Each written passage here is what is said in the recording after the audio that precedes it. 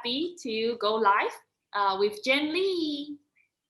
Hi guys, thanks for tuning in, and I hope that those of you who are planning to cook along with me have all their ingredients prepared, because I'm gonna do it along with you and hope that you can catch up. So do let me know if I'm going too fast or there's something that you want along the way. I'll be happy to help through talking to you. Thank you for joining us. Jane is a MasterChef Season 1 first runner-up, and she's also co-founder of Sourbone Bakery. Later, she can share with you what's exciting about her new project, especially around Christmas. It's going to be very interesting. And today, this long session is in collaboration with SongHe Rice and Ricefield Rice Bran Oil. So great ingredients for your cooking staples. And Jane is going to show us how to creatively use them and to make up healthy and yummy dishes. Are we ready? We're ready. Yay. Okay, so very excited to be actually cooking with a household staple. That also means that I have a lot of bandwidth to play around with recipes. So today we're actually going with two cuisines, one from Japanese and also one from the Peranakan heritage. So of course, I went with Asian recipes because rice is just like a necessity in our culture.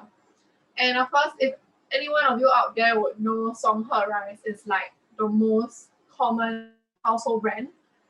It can be found in Sheng Siong, in all the supermarkets that you can possibly imagine. And actually, I'm pretty surprised to see the range that they have.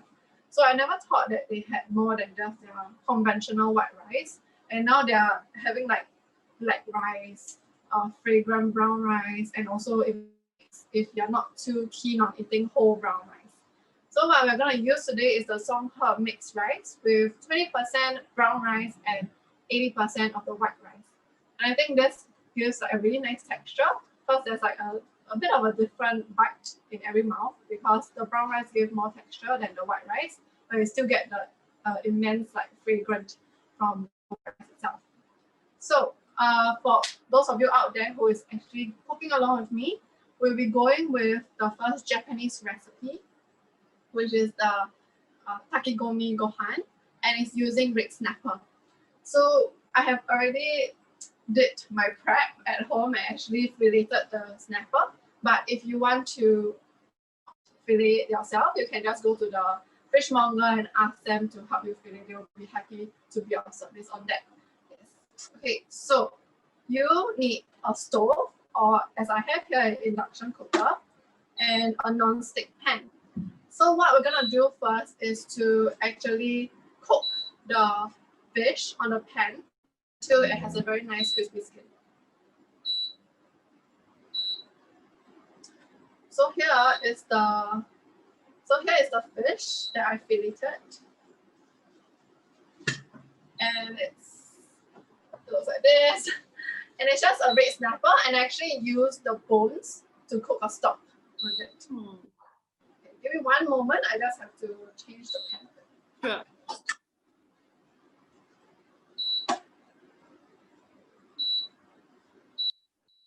So anytime you have questions, if you're watching from YouTube and Facebook, please feel free to type in the chat box. I'll help you to ask Jen. We have about 30 people watching on YouTube now, and also here currently about 15 people over Zoom.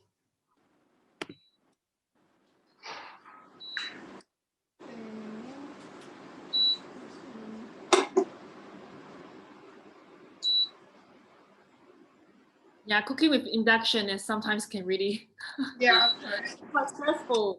You're trying with different pans. Okay, we got it. Yeah. Okay, so make sure that when you're using induction, use an induction safe pan so it can stick. So there's like a magnet that actually works the induction. And you want to turn the heat up to like a medium low or medium heat.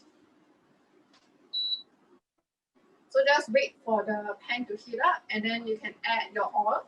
So I'm also using rice bran oil from SongHe, and it's just a very neutral oil that you can use in all high heat cooking. So there are some people who ask me, well, can I use extra virgin olive oil to cook? I would highly recommend not to, because it's an oil that doesn't have a high smoking point, and thus the oil will burn easily, and all the nutrition that you can find in your extra virgin olive oil will be lost. So it's good to find a high smoking point oil like coconut oil, rice bran, canola, are some of the few types. Yes, actually rice bran oil has a smoking point of 300 degrees, so it's pretty high. Good for frying, stir fry. And it also has a healthier choice stamp. Correct. So it's naturally cholesterol free and trans fat free, which is a good point. Okay, so for your fish fillets, you want to season it with a bit of salt. And when I'm seasoning seafood or fish, I always like to season at a height. So like this. So this is so that you can cover more surfaces without actually having like one spot having like a big chunk of oil or salt, and then you bite into it and it just so just from a height, sprinkle on to the fish. Great tip. Yeah, this is the same as like cooking steak or cooking chicken, all works the same way. So just kind of fill the pot once it's at a certain temperature, like pretty high heat. You can put in the fish. What you're looking at is a very good sizzle. Very good sizzle. Yay. Yeah. Like that. Beautiful sound. And Jen, why are you using a red snapper here? Sorry? Why are you red using snapper. Okay. So when you're making like a rice dish, I feel like this dish is very light. It's very delicate and light. And so I decided to go with a white fish, which is snapper. You can try using salmon, for example, which is a fish which has a higher fat content. But I feel like it takes away from the rice itself. Because the white fish really complement the rice itself, and you can taste the sweetness of the rice with the sweetness of the fish. It brings each other out quite balancedly. Yeah. And yeah, that's why I like snapper. You can use even cod fish if you like a higher fat or fatty fish that is still white and still delicate. Right. So what you're looking for is just to let it brown. So it has to have a very nice brown crispy skin. Whilst in the oil, actually give it like a little bit of a shake to make sure that the skin isn't sticking. And it's a wind sound from your mic. Just want to, yeah, now it's better. Thank you.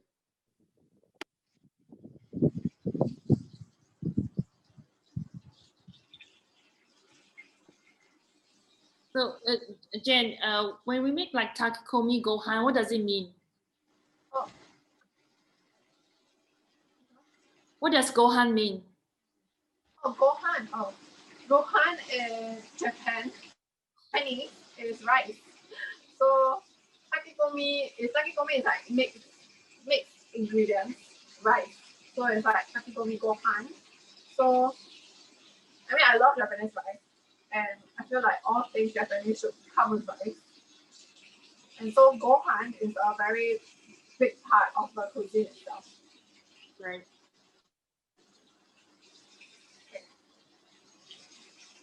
So you're not looking to cook the fish, so you do not want to cook the other side. So once one side is already brown, you can just take it off the heat. This comes around like 2 to 3 minutes, and I'm just going to check the other meat.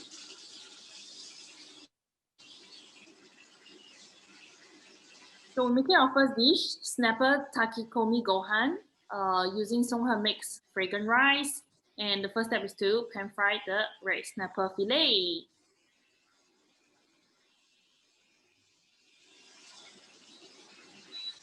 Okay, so the skin is brown already.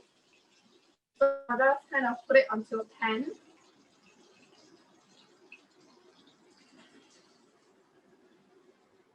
And actually, if you can, I can't really show you, but the other side is not cooked at all because it's going to continue cooking in the rice cooker.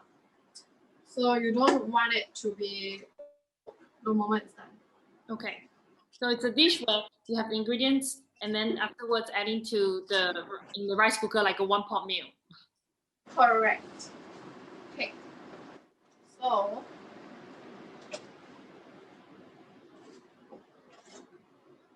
here I have the pot. And I just want to show you something I made beforehand, but I can just go through the steps with you. It's actually my pot of stew. I don't know if you can see it. Can you see it? Yes, So, a little bit. A little bit. Okay. Let me just tell you what's inside. It's very fragrant. It's old ginger, the bones of the fish. So what do I do with the bones of the fish? Don't toss it away because that's flavor. There's a lot of flavor. And a lot of people ask me like, oh, when you make stock, what parts of the fish do you use? I usually use the backbone and also the fins and the collars because those has a lot of meat on it and also the bone, which has a lot of flavor. I tend to not put in the head because the head has a lot of bloodline, which will make the stock a bit bitter or fishy, which is what you don't really want. So what I do is that I roast the bones in the oven until it's super brown and crispy. Then I cook it into plain water with a bit of kombu seaweed, which is the most essential thing to dashi stock, which is what the Japanese use a lot. So kombu seaweed and a little bit of garlic, onions, and old ginger to like have that very nice aroma coming out. So I'm gonna use the stock that I made. Okay, this has been bubbling for like the past 1 hour already. Very flavorful now, and I'm gonna use it to cook my rice.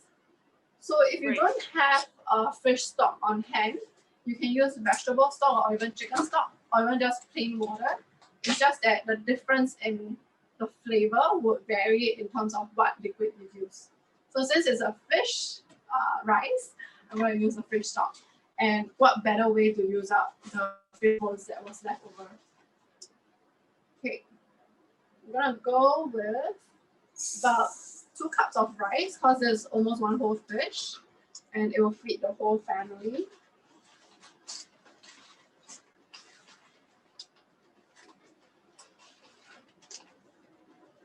So here's a cup. I'm using the mixed grains. And when you're cooking the rice, this rice, you should use a 1-to-1 ratio. And if you're cooking, like your rice cooker has a function that says brown rice, use that function as it has a slower, like a low and slow cooking process instead of like a really fast, like white rice timing. So it will take about twice the amount of a regular white rice, but the results will be really, really good. So since we put in 2 cups of rice, we're going to put in 2 cups of stock.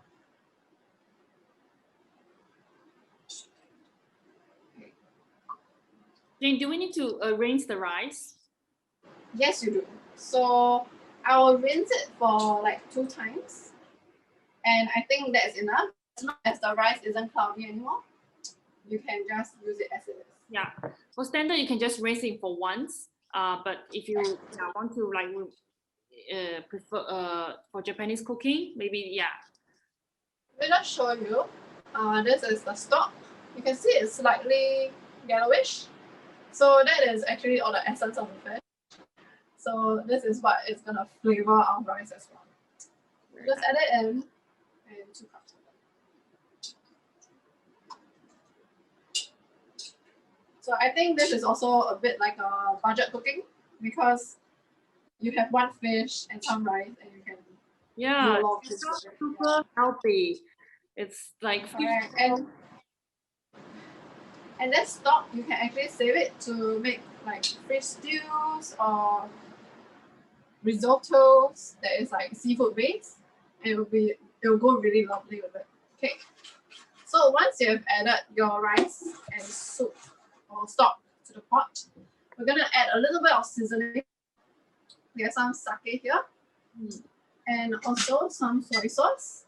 Yes. So these 2 are like quintessential to Japanese cuisine.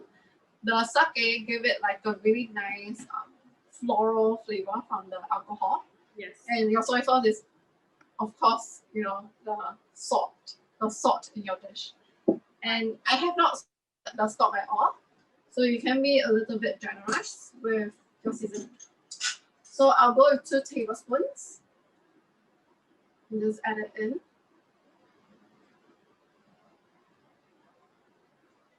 Then 2 tablespoons of your sake.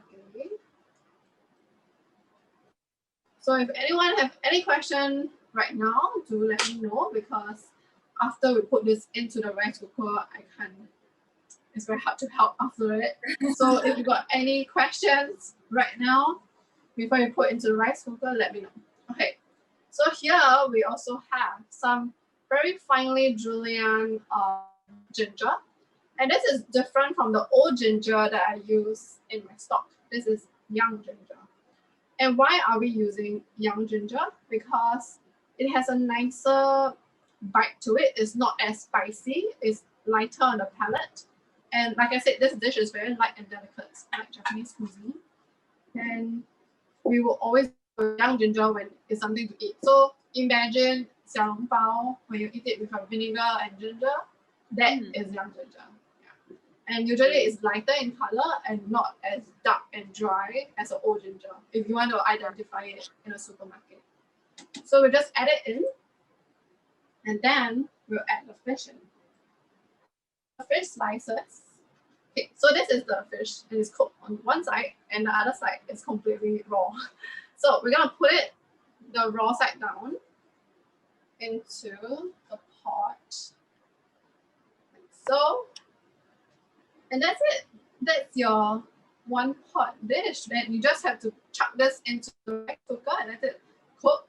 And after that, just put a little bit of seasoning on top, mix it through, and you have a very nice rice dish.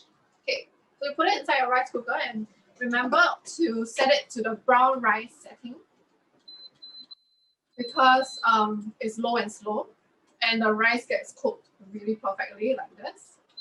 And it takes about 20 to 25 minutes. So now we just have to wait for it to be done, and we can go on to our next dish. Okay, so our next dish is what I like to call Nasi Olam, which is known by a lot of Peranakans, and the direct translation would be herb rice. So Nasi Olam, like ulam, is herb. So nasi is rice. So when they have like a specific herb that goes with this dish, however, they might be a bit hard to find, because they're basically just weeds that are growing outside of like a Peranakan house, and they just pick it up in the morning and then they prep it for dinner.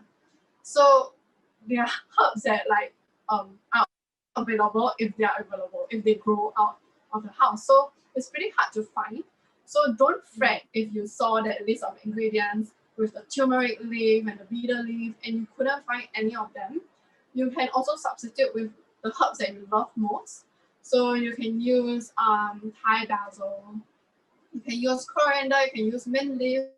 Actually, any herb that you really love to mix into your rice is great for this recipe. But I would advise, if you're going for more like Asian flavor, so go with more Asian herbs like spring onions, coriander, parsley, you know. Thai basil would be perfect for this. And even the laksa leaf that you see on top of your laksa, yeah, that is also very fragrant and very nice to add in. Okay, so let me get my herbs out, actually chop them. And I'm going to show you how to identify some of these herbs, because it sounds a bit, you know, not in my dictionary for some of you. Yeah. Thank you, Jane. Yeah, that would be great. If you want to get to know the herbs, so we can make herb rice with Sakura. It's also another very healthy and yet very flavorful dish. So healthy can be tasty. And here we are learning from Jen Lee. Hey, I am coming over to you so I can show you guys. Okay, so I actually left some of the leaves like intact so that you can actually see it. And also it's like the chopped version. So Ta-da! hope it doesn't fall. Okay, so first up, okay, I'm gonna go from this one. Okay, so this one is the first one. It looks very thin and it smells like laksa. So this is your laksa leaf or asam leaf. And we just chop it up into little pieces. It's just chiffonade it really finely, will be very nice. And it's really used for most laksa dishes. So you can see it, get it, it's very, very fragrant. You can add it to your stews and it adds like another dimension of flavor. And this one is one of my favorite herbs. This is Thai basil. So Thai basil is a bit different from basil. Sweet basil always have like the more rounder leaf, while Thai basil is a bit more sharper like this. So this is really nice. It just smells like, you know, the basil pot that you just get in a lot of the stores, the Thai stores, and I really love it. So you can use that to stir fry at home, and it comes really cheap as well. Okay, this one, it's very shiny. You can see, very, very shiny leaf. This is your Beetoli, and this is the small kind. They actually grow up to like this big, like one whole leaf like that. It's very, very large. And it's usually really shiny like this, which is very cool. Like a herbaceous note, but I can't really put a name to it because it's like a wild herb. Yeah. And next you have your turmeric leaf. This one is a bit more, you can see like the lines in it. It's a bit more rough, but also still quite shiny. But this is turmeric leaf. And it also, like the beetle leaf, it can grow up to a very big leaf.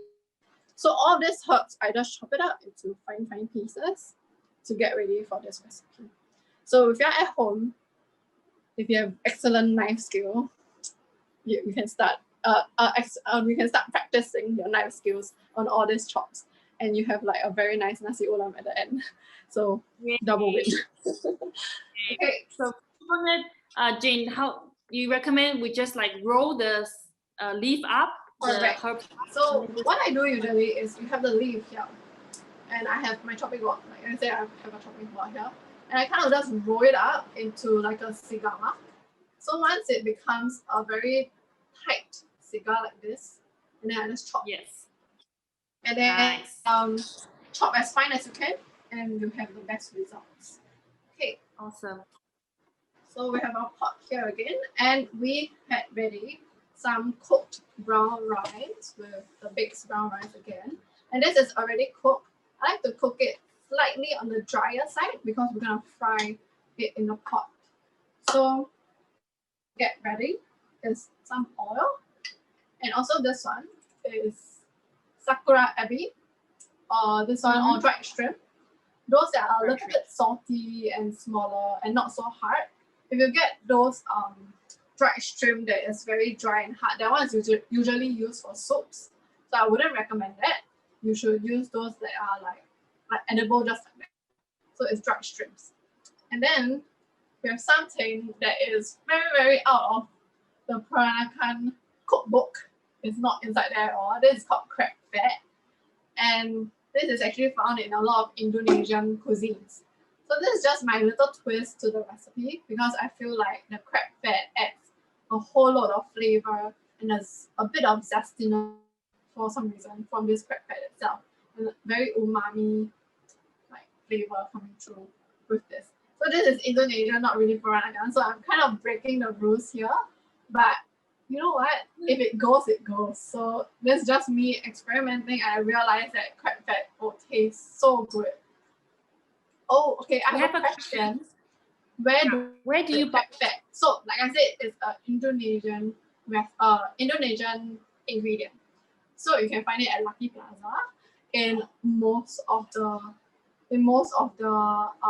shops and mama shops that is in Lucky Plaza itself. Oh, sorry, my cameraman is like shouting to me. No, it's Filipino. Okay, I think it's used in both Filipino and Indonesian cuisines. So like, you know, Lucky Plaza is the place to go to. And you can get this at all the mama shops there. So just go to any store and ask them, I will try to not butcher the name, but it's called Tabang Talangka. So just ask the auntie there, do you have Tabang Talangka? And usually they will direct you to the shop that has it if they don't have it. Yeah. Thank you. So let's just heat up the pan again.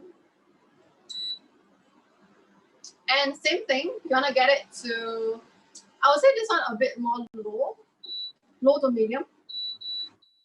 We're gonna lightly fry our Sakura ebi to actually get it really crispy and really fragrant as well. Okay. Any other questions from the group? Just feel free to ask.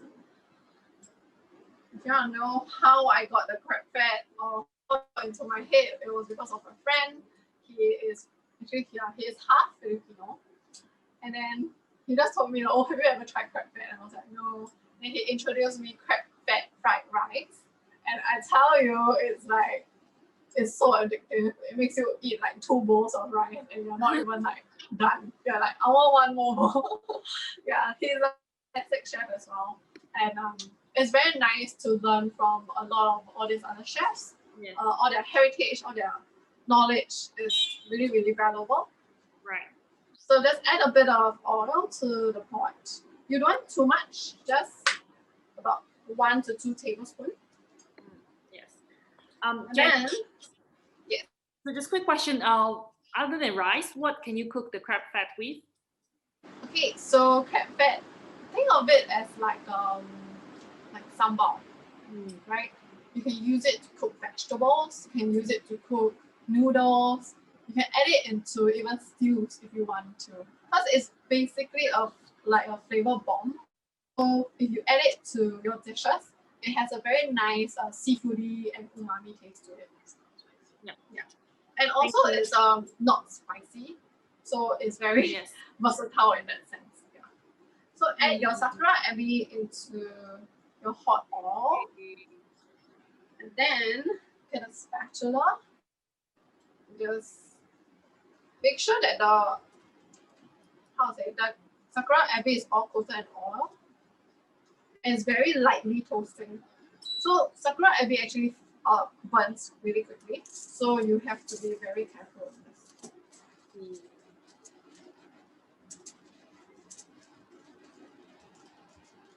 It crackles and crackles. You can kind of smell that saltiness that comes from salted dry prawns. It's really nice. Okay, so this dish, you can use salt to season, but I usually don't add any salt because there's a natural saltiness from the crab fat, the Sakura, and the herbs as well. If you add too much salt, right, the herbs will kind of get lost in all that flavor, and you would really want to taste the freshness of the herbs itself. And Jen, we're using the mixed rice. Correct. With both mixed rice that is cooked beforehand. Yes. So when you do smell it now. Wow. Sorry. When you do fried rice using this mixed rice compared to just like white rice, how do you find the texture being different? I think the texture is really good for fried rice because it's not as wet. And when you cook with the brown rice method, right, it makes sure that the whole grain cooked through, but still keeps its shape. And because there's a bit of brown rice inside as a texture, right? So when you're frying your fried rice, you have what the Chinese call it li fan xiang. That means it's like you can taste each grain, like the fragrance of each grain. Yeah. Great to know. Okay, so now I can smell like the toastiness from the Sakura ebi, and it looks a bit golden brown. So that's the 2 indication that is almost done. So once it's there, you can add in the rice. So here I have actually just 1 cup of cooked rice, and it used about 2 people. So I'm gonna add it all to the pot. And this is a dry fry, so we're not gonna add any more liquid or anything. We're just gonna fry it as it is. And you just want to get your spatula to separate the grains and make it like flat. I see. And are we on medium high? A medium heat, sorry. Are we on medium heat? Sorry, I can't. Heat. Sorry, Okay, just yes. So we are still on medium, and you'll start to hear also the rice crackling. So that's really nice because you're toasting the rice a little bit. Okay, so your crab fat. We're gonna add some inside. I add about 2 tablespoons. And actually, this one you can do it to taste. If you're like my friend, he likes to just put the whole bottle in. It tastes really nice, but you know, it's also really indulgent because it's crab fat after all. So you just want to give it a toss. And what is very is actually if you use white rice to fry, you can see the whole rice changing into a orange color. It's like it's like feeling orange, right? Yeah, it's really cool. great for Halloween. Thanksgiving. And Jen, we have a question. What is Sakura Ebi? I know you briefly explained that it's a dry shrimp. Yes. So Sakura Ebi is a dried shrimp in Japanese cuisine. They use it a lot to season their rice. So sometimes when people just cook white rice by itself, they will toss in some Sakura Ebi. It just gives that hint of saltiness in every bite of the rice. So it's more of a seasoning. And it's usually sold in a lot of Japanese supermarkets or even in your FairPrice or Cold Storage, you can find them as well. They'll just be in like the Japanese cuisine section. Yeah. Thank you, Jane. It's also really nice to eat by itself because it's slightly crispy. It's like eating like you know shrimp crackers, the really premium ones would have the Sakura Ebi like embedded in the crackers. And wow. It's really fancy. Really nice. Okay, so what you're gonna do here is to make sure that the crab fat is like very homogeneously mixed into the rice. And you can tell by looking at the color of the rice, it's turn orange, like the whole rice will turn really orange. And that's when you know it's completely stirred in. And you just want to keep it on the heat to toast the rice so that you can make the rice even more fragrant. Okay, so besides the herbs that I have chopped up, I also have some additional add-ins. And here they are. Very colorful. Very colorful. You have red chili on this side, and then your chopped sliced shallots, and also my personal favorite ingredient to use is a ginger flower or torched ginger. It looks like this. I think a lot of people know it as rojak flour as well. And you just kind of cut up into fine slices like you did the herbs. Okay. So now I'm just gonna taste my rice to make sure that the grains are all nicely coated.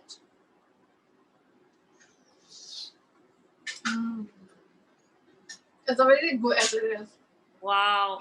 Super impressed. Perfect, can do. Okay. So this could be a nice and warm. You wanna off the heat now. You're gonna add your herbs. I usually add all my herbs when the rice is a bit warm because it warms up the herb but it doesn't kill it.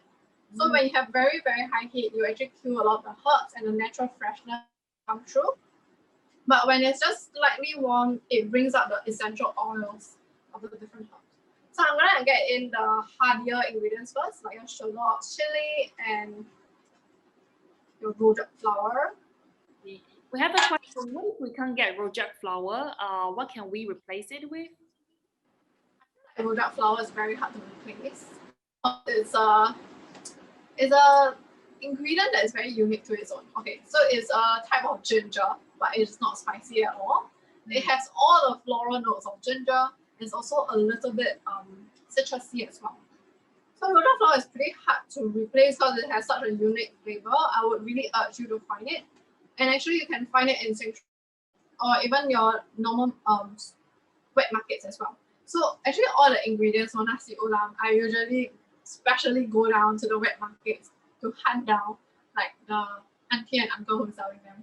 And I have this like specific store that I always go to, and I'm always sure that they have it. And okay, so I'll just tell you, it's at Taka Market, and it's like the last special all the way at the back.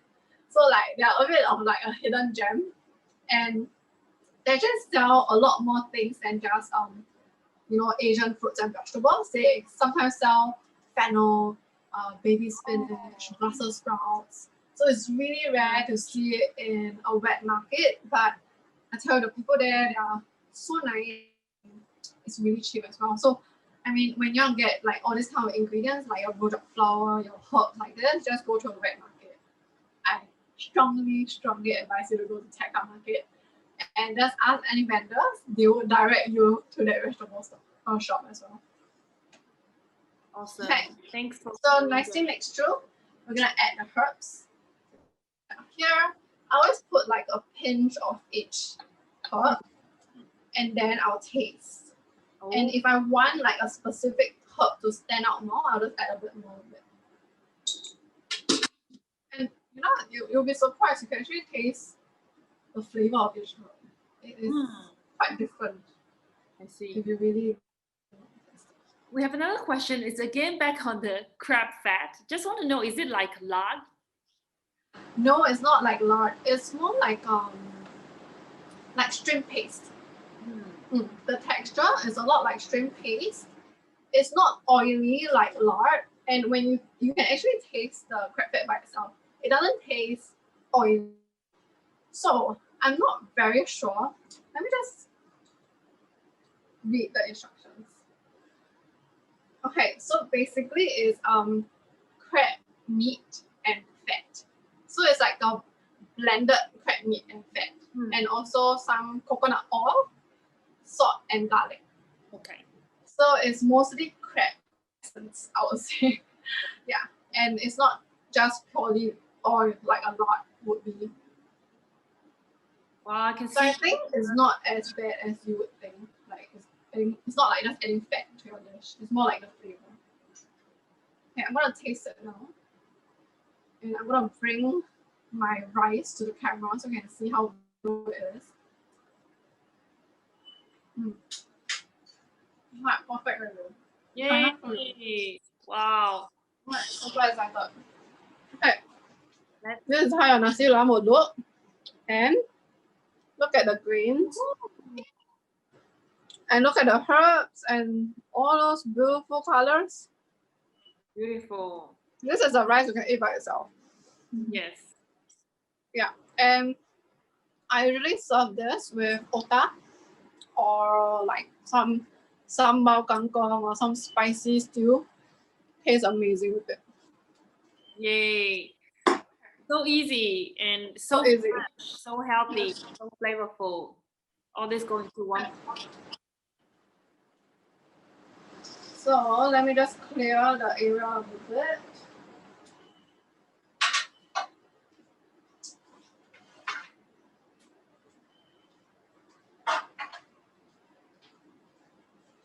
And we can like plate it up. Yeah. For those of you who just joined, you are at Who's Cooking with Genevieve, collaboration with SongHe Rice and Ricefield Rice Brand Oil.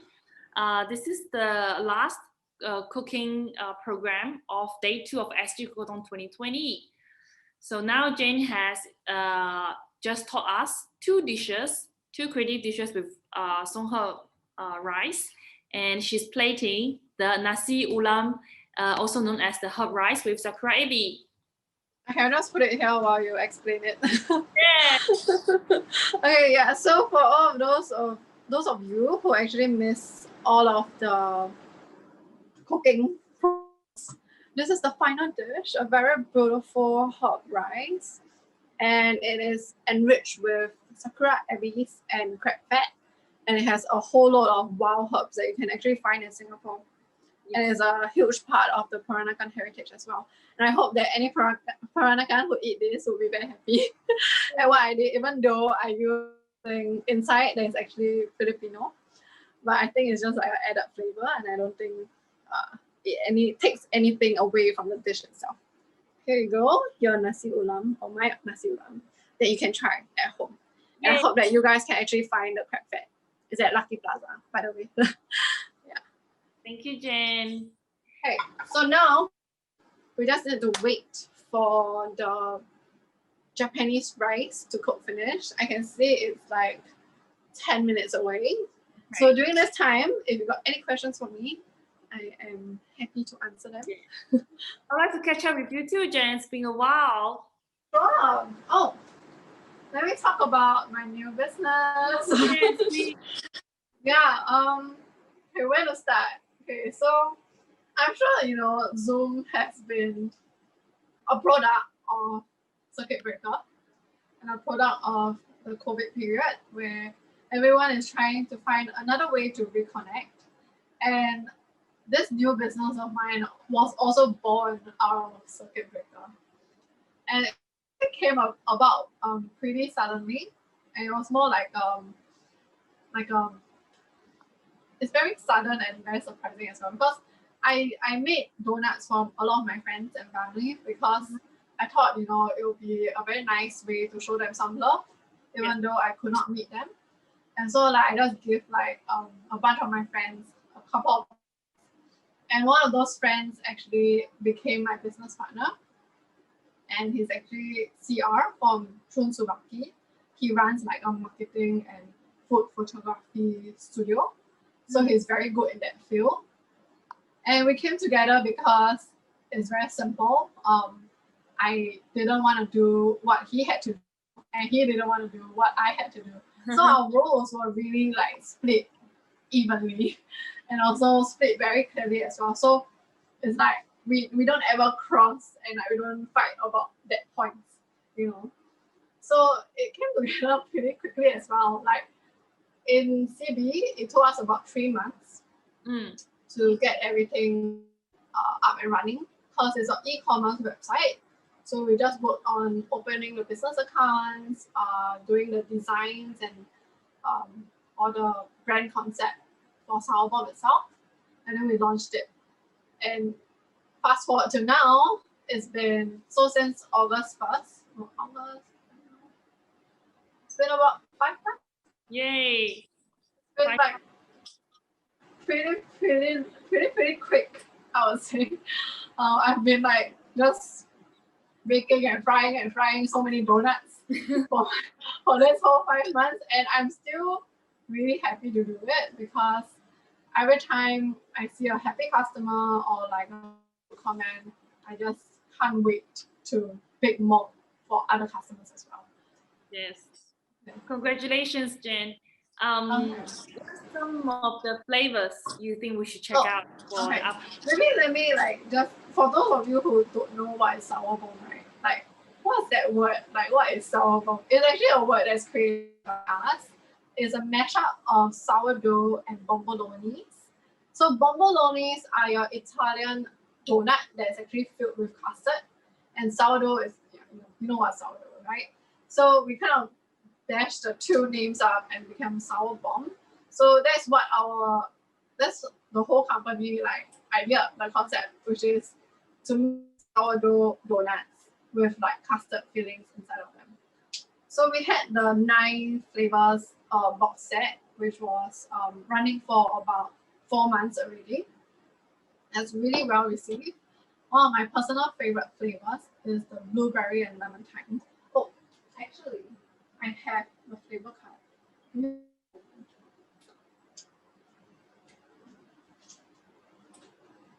Okay, I should just do a show and tell here. Okay, so here is the flavor card for Sour Bomb. And those are 9 flavors. So this is your Cinnabon, matcha, Thai tea.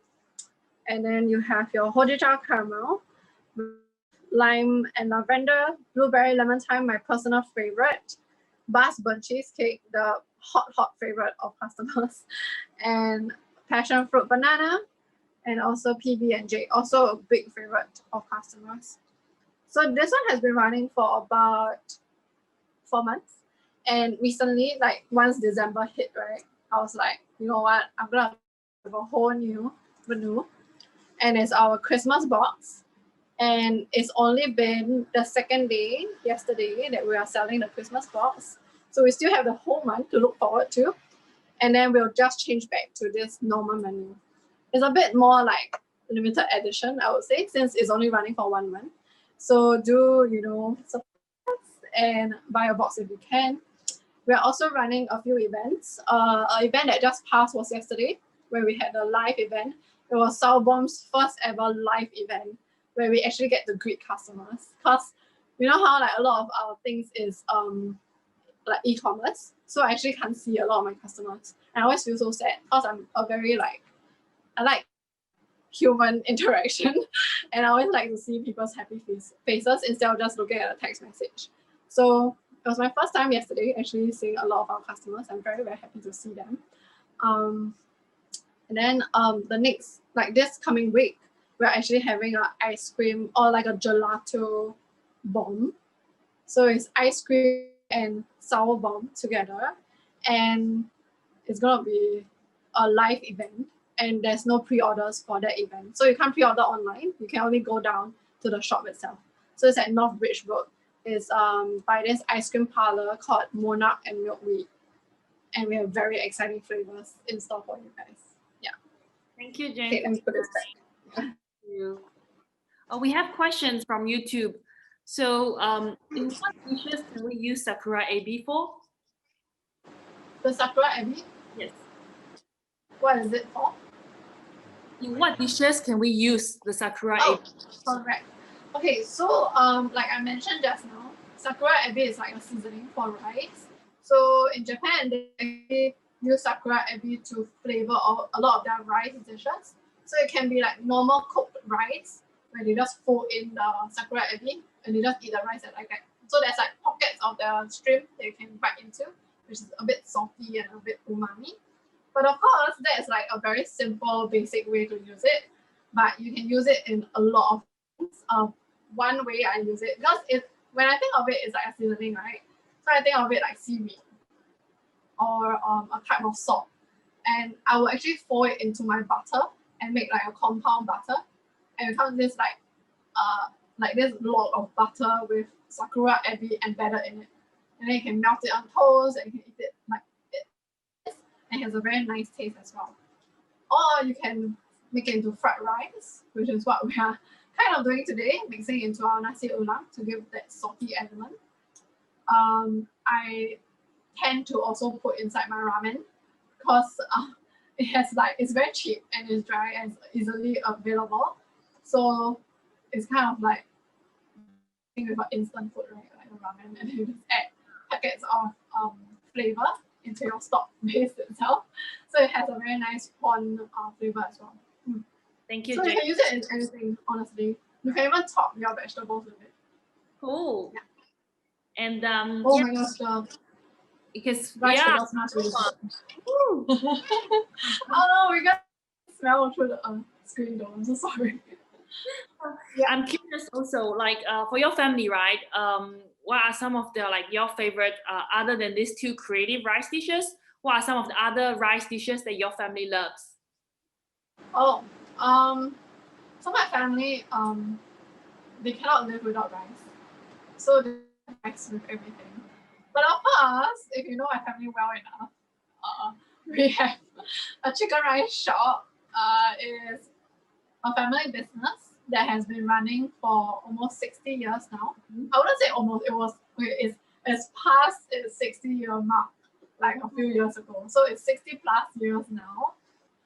And we sell mainly chicken rice, but because it's a very big shop, it's like a whole restaurant. So we sell a lot of like sides to go with it, like your double boiled soup, nohan, your roasted delights, and some like small other dishes like your fried tofu or fried dumplings that actually I'm a sucker for my dad's dumplings. And I go to his shop just to eat dumplings, not the chicken. So yeah, it's just like I really love, okay, I'm not biased, but I really love my family's food. Okay, maybe I'm biased because I grew up eating it. So I think when you ask like what is my family's favorite rice to eat, they'll say chicken rice. Because if not, you'll be banished from yeah, just kidding around. But yeah, so that's a big part in my family to eat chicken rice. Nasi Olam actually came about because a lot a lot of my family members love to eat Nasi Olam, and they always ask me to make it for them. And that's why I decided to share it today with you because it's a personal favorite, family favorite as well. Rice, sometimes my mom would be addicted to Japanese rice because she loved the chewy texture and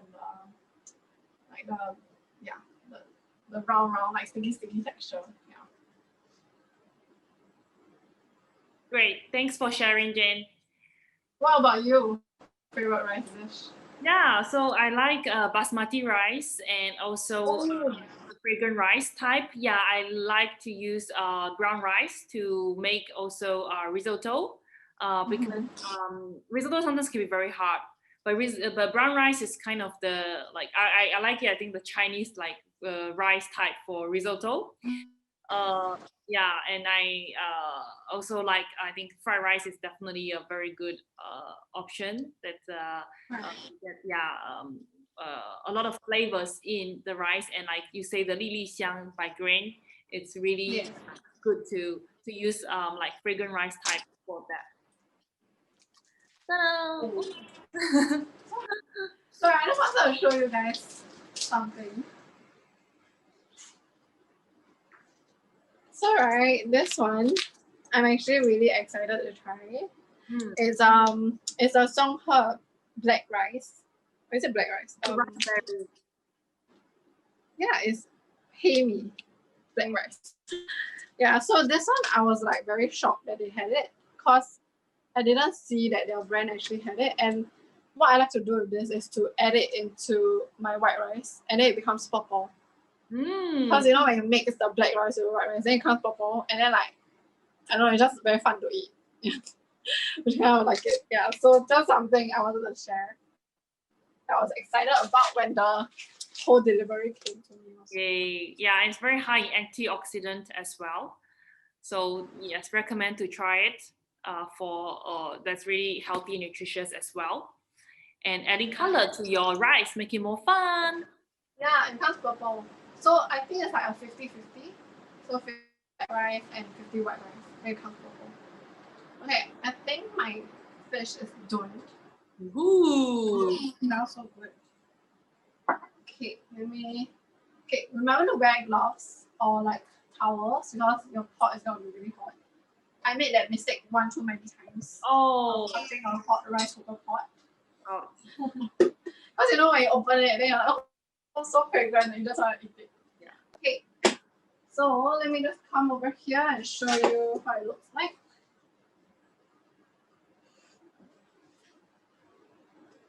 Okay. Ta-da! So you have your fishes there, and your ginger, and it just smells like stock, basically. And what we're gonna do is that we mix it with your spatula. I'm just gonna use that spatula. Oh, sure. Okay, before I mix it though, I like to add a little bit of sesame oil. It's very fragrant. Nice. And kind of just drizzle about 1 tablespoon. So if you don't like sesame, I know some people they actually don't really like the smell. And you just kind of go down with your spatula to fluff out your rice.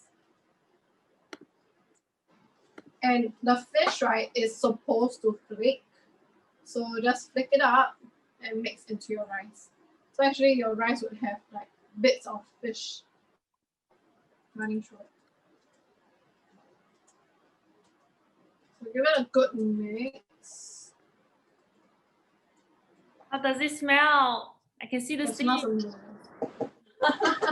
It smells like just imagine like fish stock with a bit of the soy sauce, like the hint of soy sauce coming through. Okay. I'm gonna taste. Spoon. You can see it's like the rice are still very intact. Very nice.